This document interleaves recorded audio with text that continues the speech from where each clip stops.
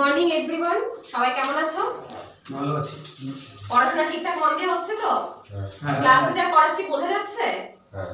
ঠিক আছে। আগের দিন সাবজেক্ট ভার্ব এগ্রিমেন্টের 5টা নিয়ম করিয়েছিলাম। আজকে আর 5টা রুলস আছে, যেটা করলে তোমাদের 10টা রুলস আজকে পর্যন্ত কমপ্লিট হয়ে যাবে। তো প্রথম দিনের গুলো মনে আছে? ধরো সেখান থেকে কিছু কোশ্চেন ধরি, সেখান থেকে কিছু কোশ্চেন। আচ্ছা, যদি আমাদের সাবজেক্ট সিঙ্গুলার হয় তাহলে ভার্ব কি হবে? সিঙ্গুলার হবে। যদি আমাদের সাবজেক্ট প্লুরাল হয় ভার্বও প্লুরাল হবে। যদি দুটো সাবজেক্ট এন্ড দিয়ে যুক্ত হচ্ছে এবং দুটো এন্ড দিয়ে যুক্ত হয়ে একটা মাত্র ইউনিটকেই বোঝাচ্ছে, সেক্ষেত্রে আমার ভার্ব সিঙ্গুলার হবে না প্লুরাল হবে? দুটো সিঙ্গুলার সাবজেক্ট যুক্ত হচ্ছে এন্ড দিয়ে, কিন্তু বোঝাচ্ছে একটা মাত্র ইউনিট। যেমন কেউ एग्जांपल দিতে পারবে? Rice and curry. Rice and curry আমরা একসঙ্গে খাই। আচ্ছা, যদি আমার ভার্ব সাবজেক্ট দুটো প্লুরাল হয় কিন্তু একটা মাত্র ইউনিটকে বোঝায়, সেক্ষেত্রে কি হবে? সিঙ্গুলার না, আমার সাবজেক্টই তো প্লুরাল, সেই নিয়ম অনুযায়ী তো প্লুরালই হচ্ছে।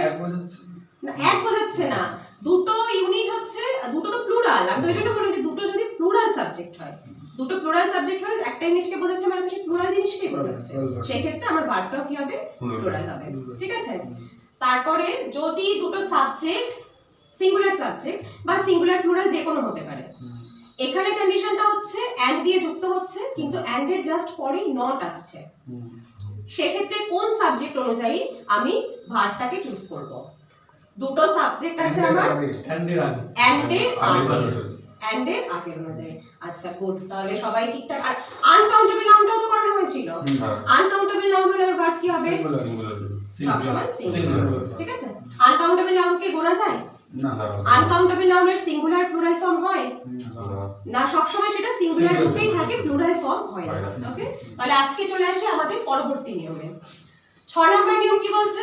দুটি সিঙ্গুলার নাউন এন্ড দিয়ে যুক্ত হয়ে একটা মাত্র ইউনিটকে যদি বোঝায়, যেটা এই মাত্র বললাম যে দুটো ইউনিট যুক্ত হচ্ছে কিন্তু একটা মাত্র ইউনিটকে যদি বোঝায়, সেক্ষেত্রে তাহলে আমার কি হবে?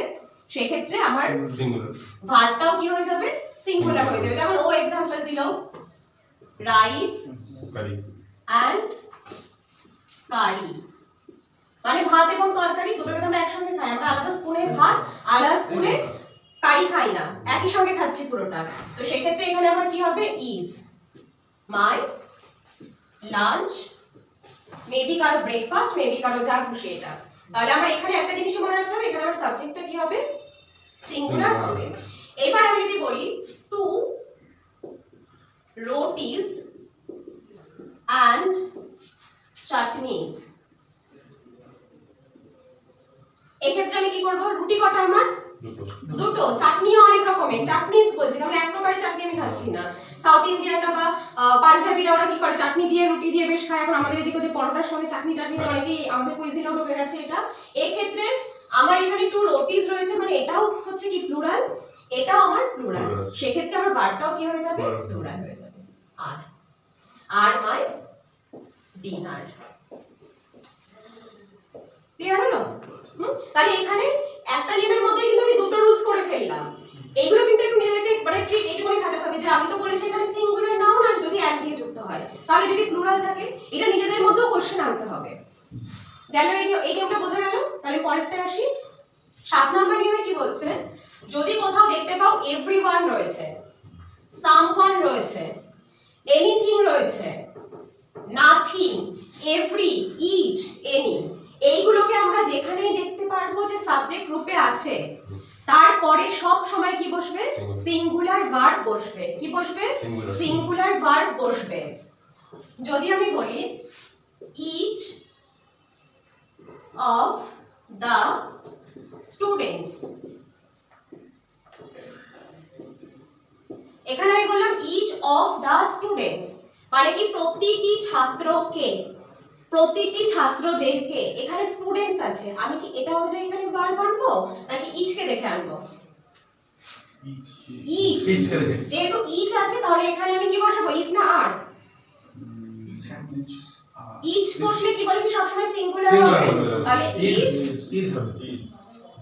অ্যালাউড, প্রতি ছাত্র এখানে অ্যালাউ করা, প্রত্যেকটা ছাত্রকে এখানে কি করা হচ্ছে, অ্যালাউ করা হচ্ছে।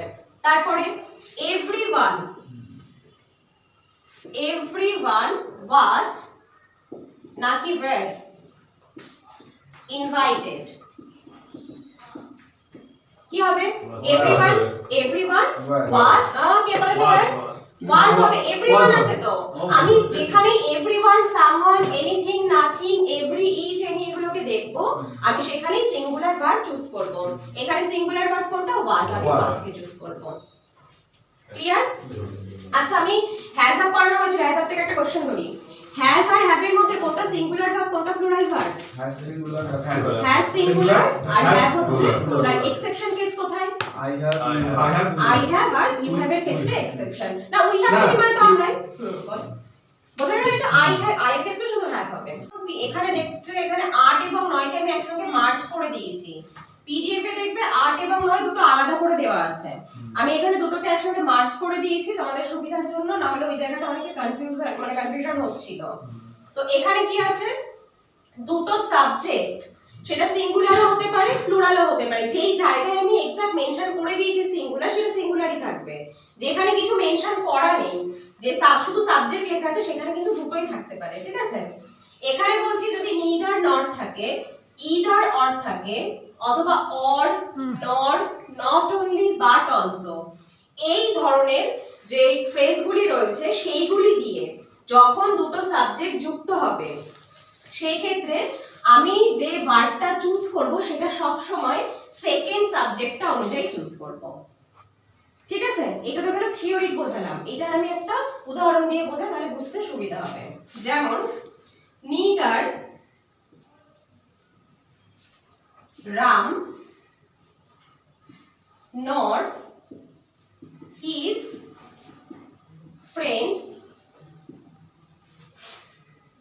are coming. neither Ram, neither এর পরে যে এখানে যে ডট ডট দেওয়া ছিল, মানে কি এখানে একটা এই যে সাবজেক্ট বসেছে, এখানে একটা সাবজেক্ট বসেছে হিজ ফ্রেন্ডস, নর এর পরে। তাহলে এই প্রথম সাবজেক্টটা তোমার সিঙ্গুলার ছিল, পরের সাবজেক্টটা আছে হিজ ফ্রেন্ডস, প্লুরাল হয়ে গেল। তো এই ক্ষেত্রে কিন্তু আমি সেকেন্ড সাবজেক্ট যেটা রয়েছে সেটা অনুযায়ী আমার এখানে ভার্বটা বসবে, তাই ভার্বটা আমার প্লুরাল হয়েছে। বোঝা গেল? বোঝা গেছে এইটুকু? আরেকটা एग्जांपल দিয়ে দেখাই।